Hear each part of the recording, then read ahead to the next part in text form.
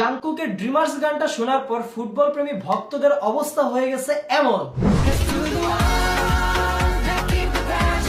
अब मजा आया वीरू। পুরো ফুটবল বিশ্বকাপের জোশ আর ভাইবস চলে আসছে একদম মনের মধ্যে। এই গানটা এত বেশি প্রশংসিত হওয়ার কারণ ছিল এর টিউন, মিউজিক মেকিং আর স্পেশালি এর লিরিক্সটা কিন্তু আমার পার্সোনালি খুব ভালো লাগছে। গানের লিরিক্সটা যেমন করা, সেই সাথে গানের নামটাও।